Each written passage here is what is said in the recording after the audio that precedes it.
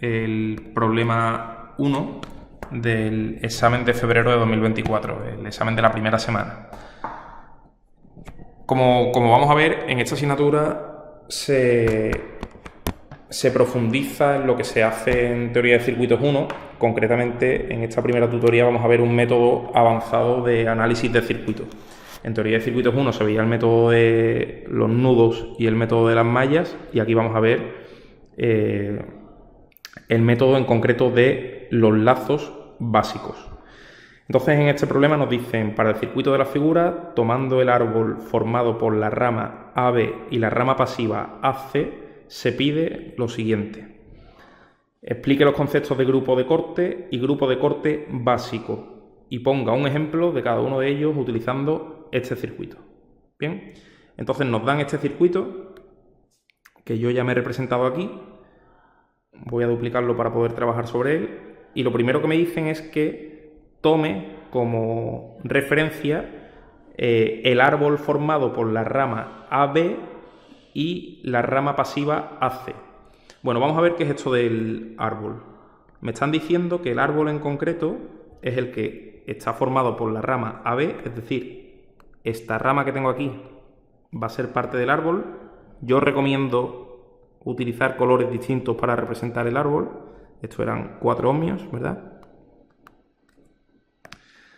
Y la otra rama que forma el árbol en este caso es la rama AC, la única rama AC que es pasiva, porque lógicamente esto es una rama AC, esta es otra, perdón, esta última no lo sería, pero estas dos ramas son ramas ACs. Pero como me están diciendo que utilice la pasiva, pues se refiere a que esta rama va a ser también una rama del árbol y por tanto la vamos a representar con otro color. Es decir, la resistencia de 6 ohmios es también una rama del árbol que tenemos en el circuito. Bien, un árbol por definición es el número mínimo de ramas que incluyen todos los nudos del circuito, es decir, el nudo A, el nudo B y el nudo C, que lógicamente este nudo es el mismo que este, sin además contener ningún lazo o ninguna malla en su interior. Bien, entonces la definición de árbol es importante porque el método de los lazos básicos y el método de los cortes básicos se derivan de la definición del árbol, ¿vale? En este caso ya digo que nos dicen que utilicemos este árbol en concreto. Bien, y ahora vamos a introducir lo que es el grupo de corte y un grupo de corte básico, ¿vale? En primer lugar, vamos a contar también el número de nudos que tenemos en este circuito y el nudo de ramas que tenemos en este circuito. El número de nudos no es más que cuántas uniones de terminales de elementos tenemos en este circuito, ¿vale? Sin embargo, es relativamente flexible porque yo puedo definir en este circuito en realidad más nudos. Yo podría decir que tengo el nudo A, el nudo B, el nudo C, que es el nudo inferior, pero también podría decir que el nudo que tengo aquí es el nudo D. De hecho, si yo aplicara ecuaciones de nudos, tendría que considerar este nudo D, ¿vale? Y lo mismo para este nudo de aquí.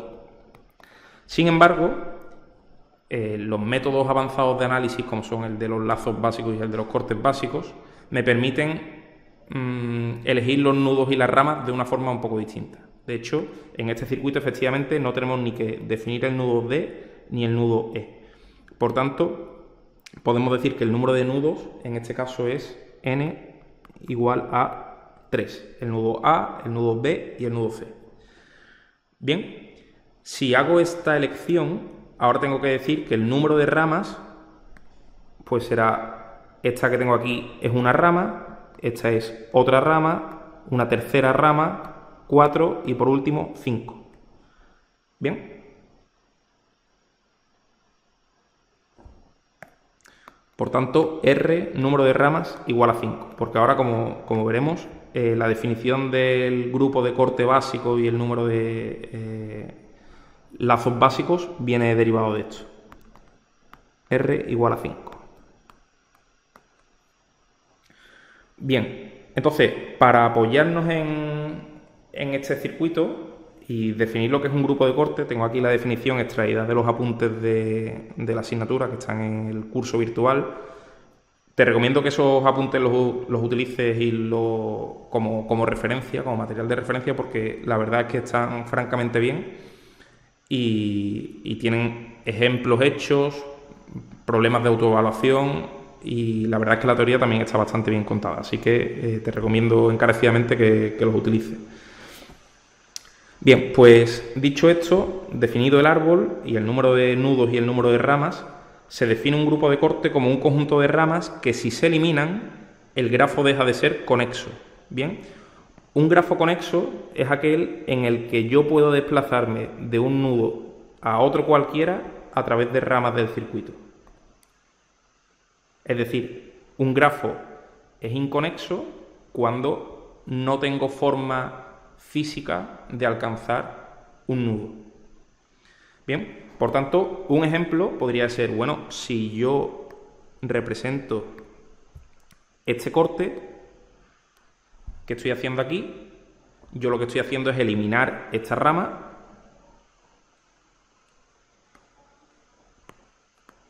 eliminar esta otra rama y eliminar esta rama. De forma que efectivamente, voy a representar de nuevo esta conexión que tenía aquí abajo. Efectivamente, si yo aplico este corte que he representado, no tengo forma física de llegar desde el nudo B o desde el nudo C al nudo A. Bien, pues eso sería un grupo de corte. Es decir, si yo corto estas tres ramas que tengo aquí, estoy dejando aislado o inconexo el nudo A. ¿Vale?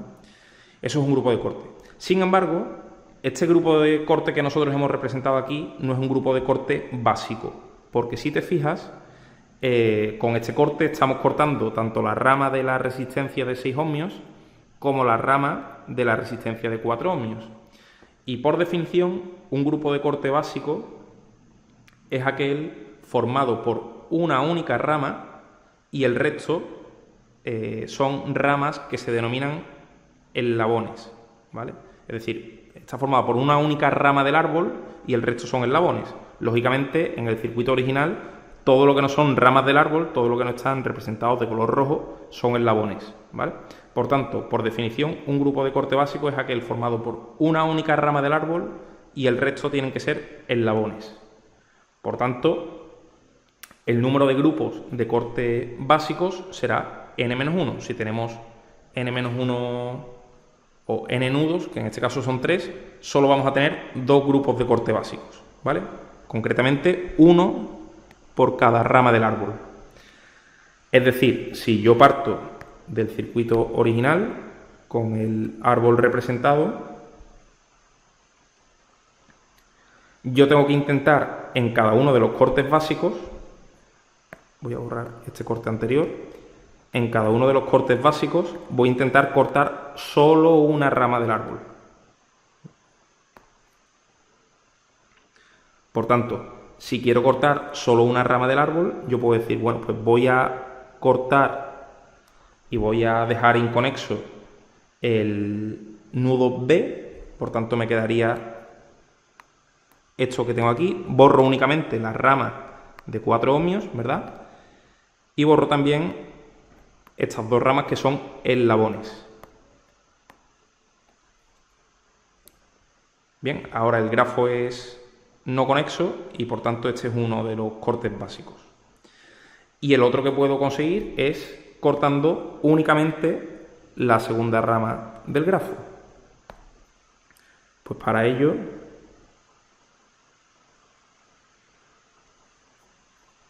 lo que tendría que hacer es, en vez de considerar este corte, es considerar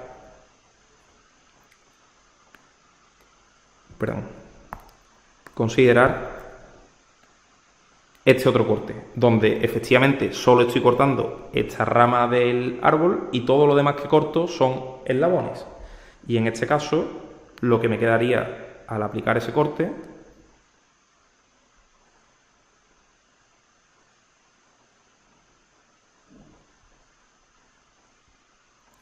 es lo siguiente. fíjate que estoy cortando este eslabón, estoy cortando esta rama, que es la única rama que estoy cortando esta rama y, por último, esta otra. Por tanto, fíjate que efectivamente estoy dejando aislado el nudo C y no puedo llegar a él ni desde A ni desde B. Bien, por tanto, la diferencia entre un grupo de corte básico y un grupo de corte es que en el grupo de corte se cortan ramas del árbol indistintamente, que pueden ser más de una, como hemos hecho en este caso, y el grupo de corte básico sí solo corto una única rama del árbol y las demás ramas que corto son los llamados eslabones, ¿vale? Además, el grupo de corte básico se define por ser el número mínimo de ramas que tengo que cortar para dejar aislado un nudo. De forma que si yo devuelvo, por ejemplo, en este caso, cualquiera otra de las ramas que he eliminado, por ejemplo, en este caso, si yo vuelvo a representar aquí la fuente dependiente, el nudo B vuelve a ser conexo con el resto del circuito. Bien, por tanto, tiene que ser además, para que sea el grupo de corte básico, el número mínimo de ramas que hay que cortar para dejar aislado un nudo. Y solo puedo cortar una única rama del árbol que hemos definido. Bien, con eso estaría explicado el primer apartado. De hecho, hemos puesto dos ejemplos del grupo de corte básico. Bien, en el segundo apartado se nos pide que escribamos de forma directa las ecuaciones del análisis del circuito por el método de lazos básicos. Bien, el método de los lazos básicos se parece en cierta medida al método de las mallas, aunque como veremos es un poquito más flexible. Para ello vamos a copiarnos de nuevo el circuito, que lo tenemos aquí.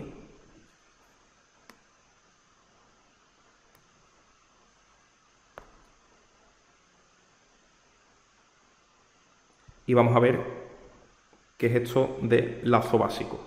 Borro aquí esto. Bien, un lazo básico, por definición, es un lazo que está formado por un único eslabón y el resto son ramas del árbol. Bien. Y por lo tanto, el número de lazos básicos que tenemos en cualquier circuito, una vez que definimos el árbol, es R menos N más 1. Si nosotros en este caso teníamos 5 ramas, 3 nudos, pues el número de lazos básicos que vamos a tener es 3, ¿vale? Uno por cada eslabón.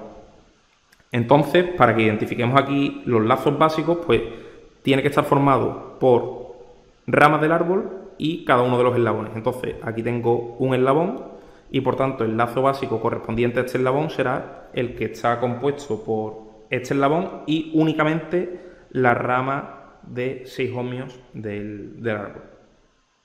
Bien. Por otra parte, puedo tener otro lazo básico constituido por la rama de 4 ohmios, la rama de 6 ohmios, que son 2 ramas del árbol, y por último, el eslabón compuesto por la fuente dependiente de intensidad. Y por último, el otro lazo básico que me queda está compuesto de nuevo por estas 2 ramas del árbol, la rama de 4 y la rama de 6 ohmios, y por último por el eslabón que tengo en la parte derecha del circuito, que es este que tenemos aquí. Y por tanto el tercer lazo básico sería este que tenemos aquí. Bien, una vez que defino los lazos básicos, ahora vamos a proceder de una forma relativamente similar a lo que es el método de mallas, con alguna consideración adicional. En primer lugar, las incógnitas de mi problema, duplico el circuito aquí, las incógnitas del problema van a ser las intensidades que circula por cada uno de estos lazos. Podemos decir que esta sea la intensidad I sub A, que en realidad para mí va a ser la intensidad que circula por el eslabón en concreto que define el lazo, porque claro, si cada lazo básico está relacionado con un eslabón, ese eslabón es único para ese lazo. Bien, por tanto podemos decir que por aquí circula I sub A. Para el segundo lazo básico, que hemos dicho que podemos decir que es I sub B, tendremos que la intensidad que circula por el eslabón relacionado con ese lazo básico será I sub B. Y por último, para el lazo básico C, la intensidad que circula por el eslabón correspondiente será I sub C. Fíjate que con el sentido que hemos definido de circulación a lo largo de ese lazo básico. Muy bien, pues de una forma, como ya digo, relativamente similar a lo que hacemos con las ecuaciones de mallas, vamos a calcular un sistema de ecuaciones, vamos a determinar un sistema de ecuaciones que me permite calcular esas tres intensidades de lazo. El sistema de ecuaciones es similar al de las ecuaciones de malla. Tenemos las impedancias de lazos básicos por el vector de incógnitas, que es las intensidades que circulan por los lazos básicos, es igual a las fuentes de tensión que tenemos conectadas a cada uno de esos lazos básicos. Tal y como ocurría en el planteamiento de las ecuaciones de malla, necesitamos que todas las fuentes del circuito sean fuentes de tensión, ¿verdad? Sin embargo, aquí tengo una fuente dependiente de intensidad, donde la intensidad que controla la fuente dependiente es esta que tenemos aquí, y necesito en realidad tener fuentes de tensión. Por tanto, una práctica habitual en teoría de circuitos es sustituir la fuente de tensión, la fuente de intensidad por una fuente de tensión de valor a priori desconocido, podemos decir por ejemplo U sub X, pero en realidad nosotros sabemos que eso es una fuente dependiente y que por esta rama, con este mismo sentido, circula la intensidad de 2 veces I1.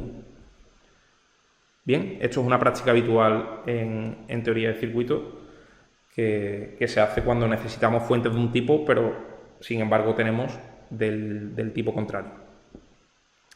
Entonces, en estas condiciones ya sí podemos plantear de forma directa el sistema de ecuaciones. Como tenemos tres lazos básicos, el sistema de ecuaciones va a ser un sistema 3×3.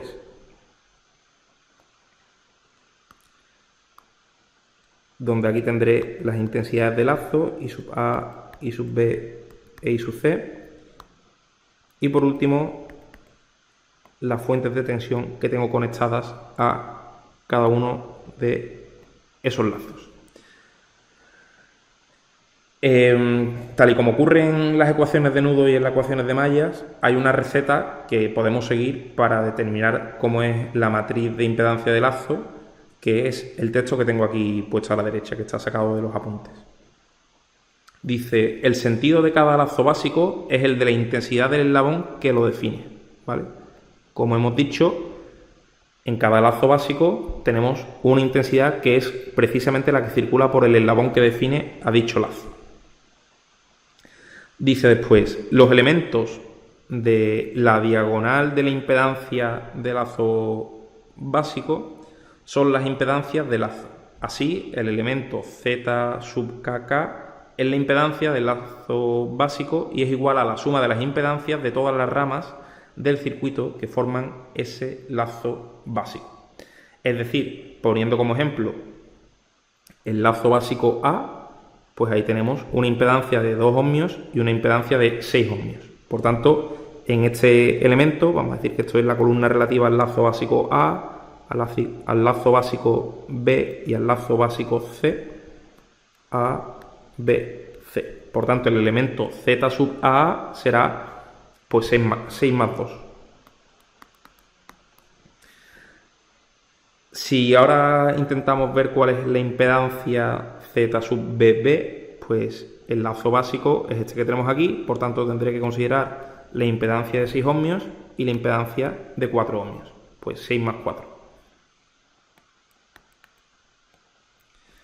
Y para el lazo básico C tenemos esta de 2 ohmios, esta de 6 ohmios, porque recuerdo que el lazo básico C llega hasta aquí, y esta de 4 ohmios. Por tanto, 6 más 4 más 2.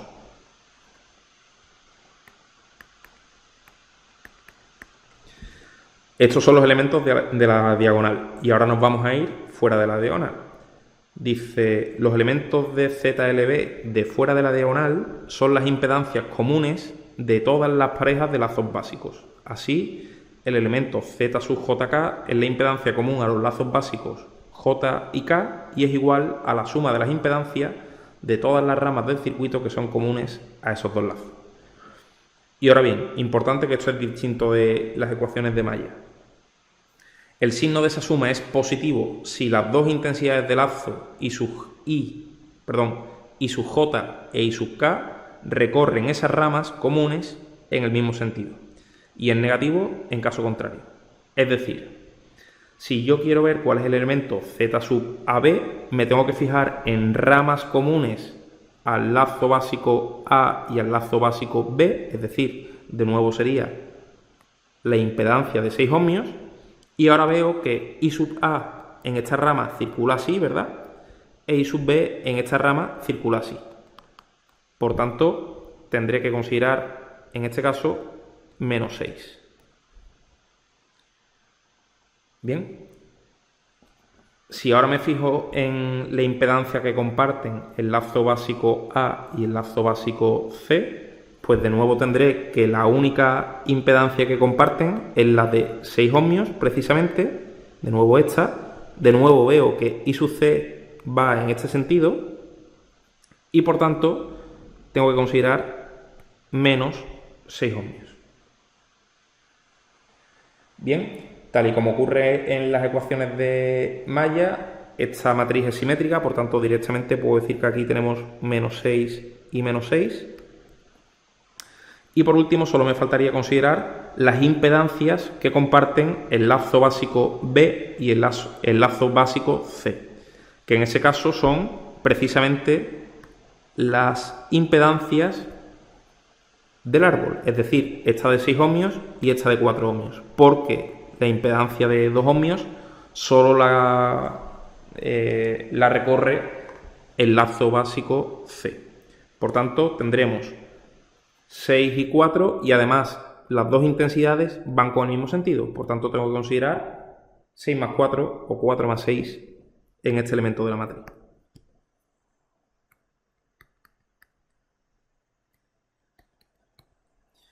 Bien, con eso hemos construido la impedancia de lazos básicos. Y por último, tengo que considerar el vector de término independiente, que es el vector E sub LB, que son las tensiones de las fuentes de tensión independientes de lazo. Bueno, son las independientes y también las dependientes. Tengo que considerar esta fuente de tensión dependiente que he colocado yo porque necesitábamos que todas las fuentes del circuito fueran fuentes de tensión.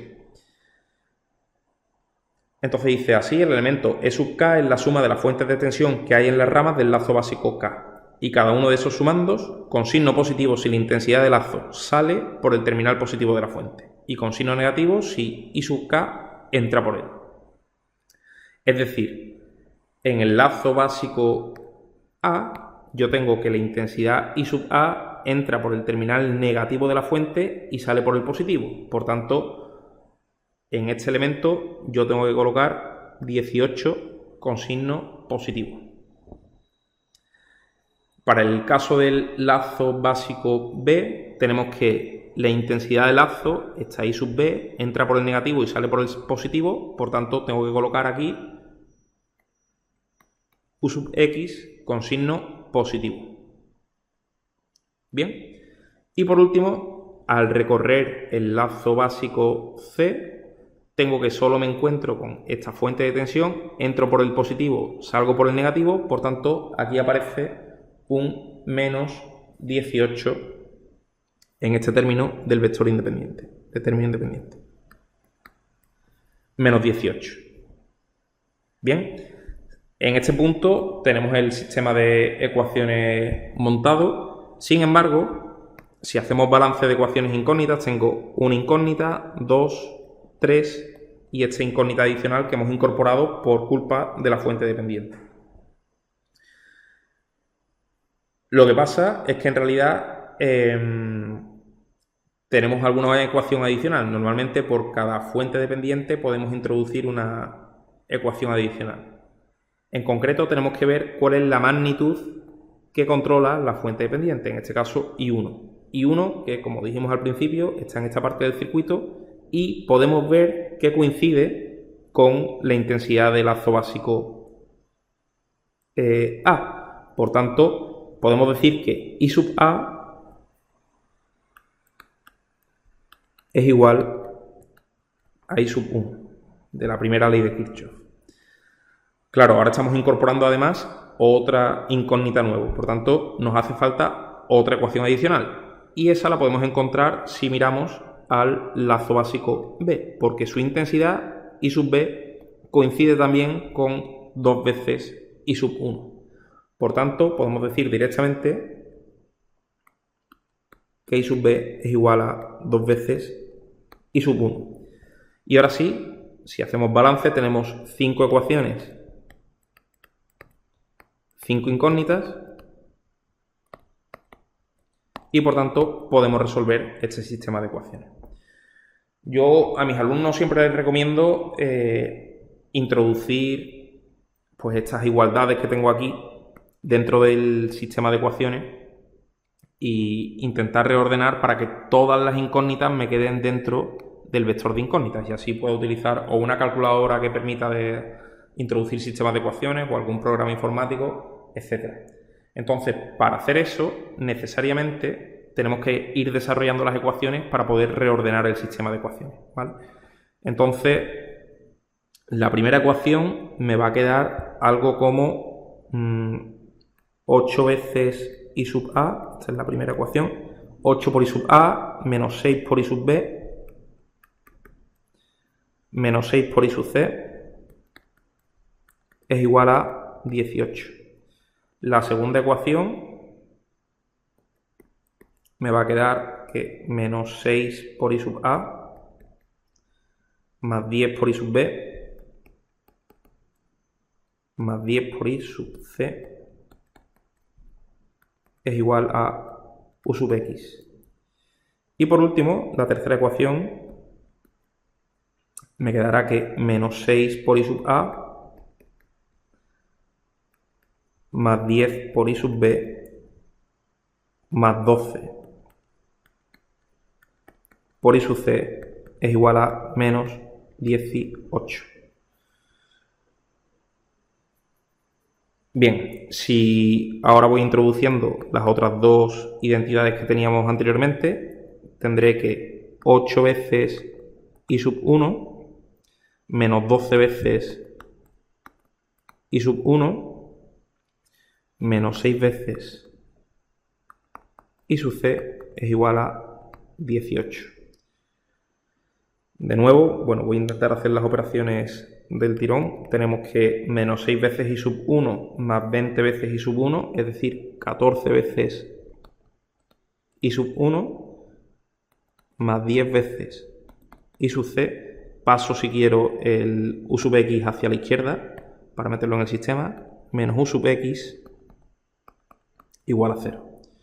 Y aquí en la primera ecuación, si hago esta recta, esto me queda menos 4 directamente, ¿verdad? Y por último, esto me quedaría menos 6 por I sub 1 más 10 por 2, es decir, de nuevo 14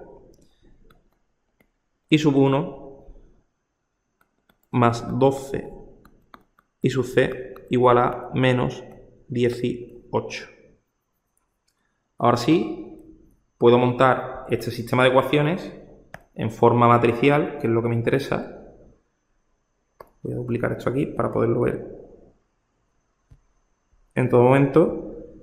Básicamente, a donde yo quiero llegar es a tener un sistema de ecuaciones de esta forma,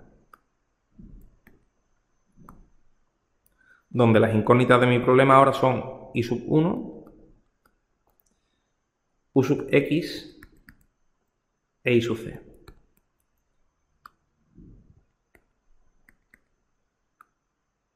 Y esto igual a lo que quede. Entonces, la primera ecuación, si la pongo en forma matricial, me quedará que menos 4, que multiplica a I sub 1, 0 y menos 6. Todo esto es, si multiplico esta fila por esta columna, me queda la primera parte de esa ecuación, y esto es igual a 18. Por otra parte, tendré que 14 menos 1, que multiplica a u sub x, más 10 es igual a 0. Y por último, 14, 0 y 12, que es igual a menos 18.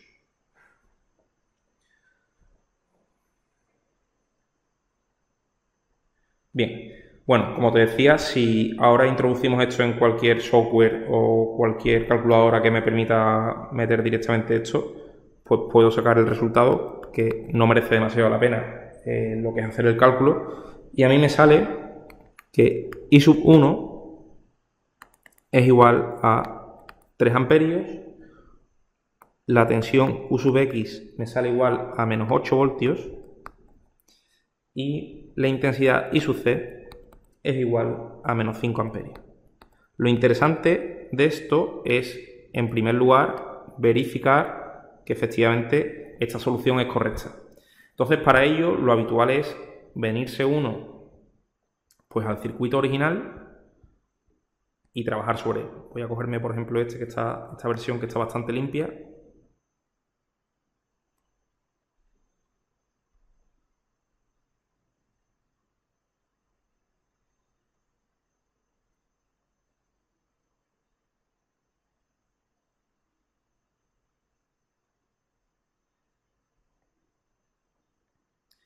Bien, borro aquí y recuerdo que esta fuente de intensidad la hemos sustituido por una fuente de tensión de valor UX, pero sabiendo que en realidad la intensidad que circula por esta rama es 2 veces I1. Esta fuente de tensión es UX. Por tanto, lo que vamos a hacer es ir viendo que efectivamente la solución sea correcta. Si la intensidad I1 es igual a 3 amperios, eso significa que esta intensidad es igual a 3 amperios, ¿verdad?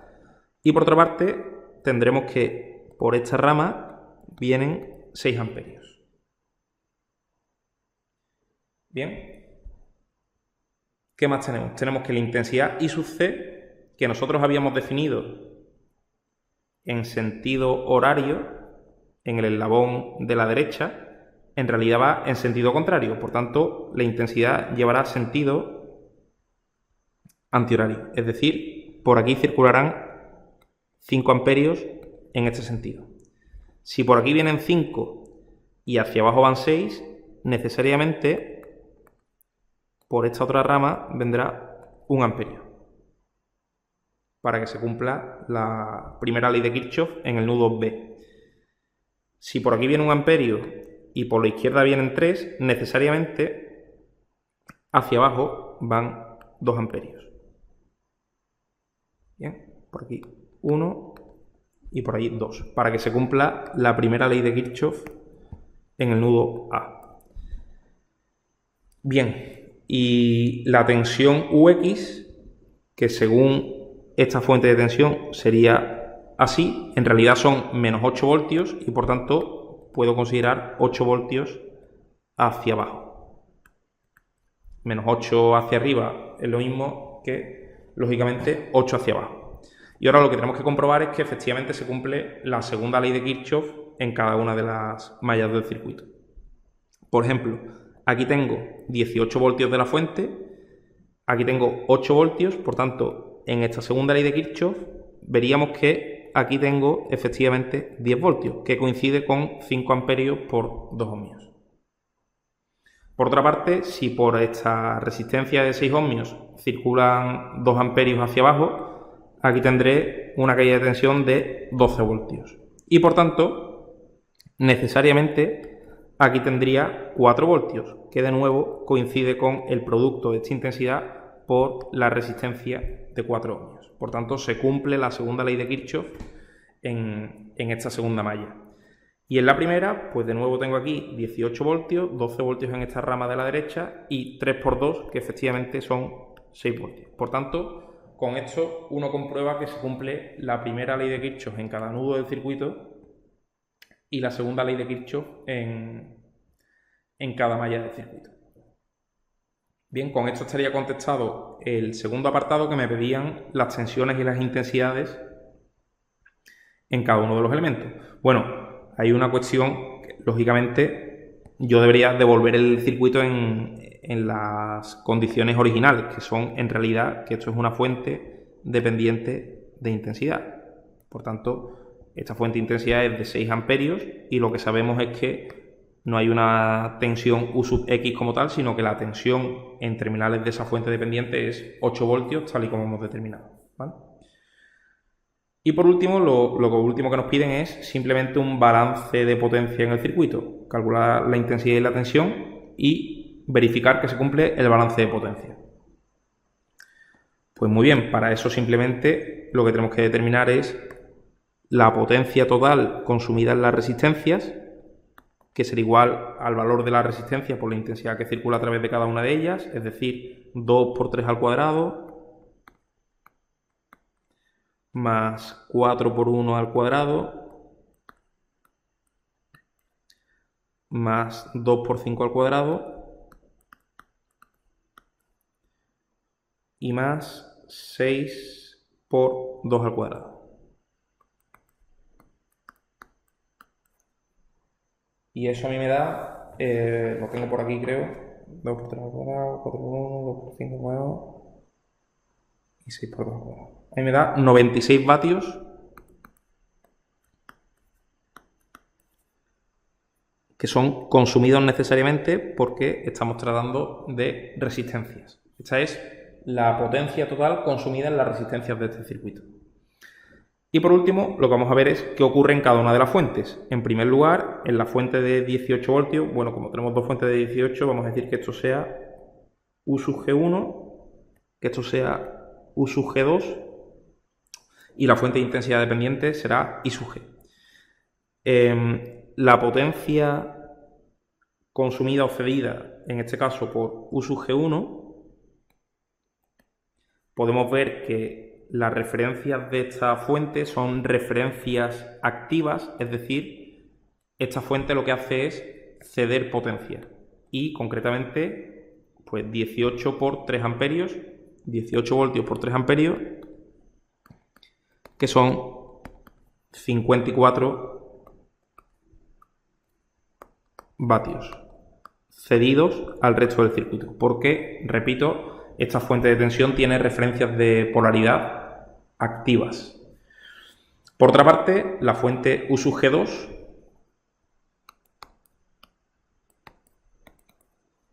en este caso también tiene referencias activas, es decir, tensión en un sentido e intensidad en sentido contrario. Por tanto, esta fuente también cede potencia al resto del circuito, es decir, 18 voltios por 5 amperios, estos son 90 vatios cedidos. Y por último, la fuente de intensidad dependiente, que tiene referencias pasivas, porque la tensión y la intensidad van en el mismo sentido, es decir, esa fuente consume potencia y concretamente la potencia consumida por I sub G será 6 por 8, 48 vatios consumidos. Y lógicamente, si hacemos la suma de la potencia consumida en este circuito, tiene que ser igual a la suma de la potencia cedida. En este caso tenemos 90 cedidos más 54, eso hace 144, y consumidas tenemos 96 vatios y 48, que también hace 144. Por tanto, lógicamente se cumple el balance de potencias en este circuito. Bien. Pues con esto habríamos terminado el primer problema de esta asignatura. Voy a parar de grabar.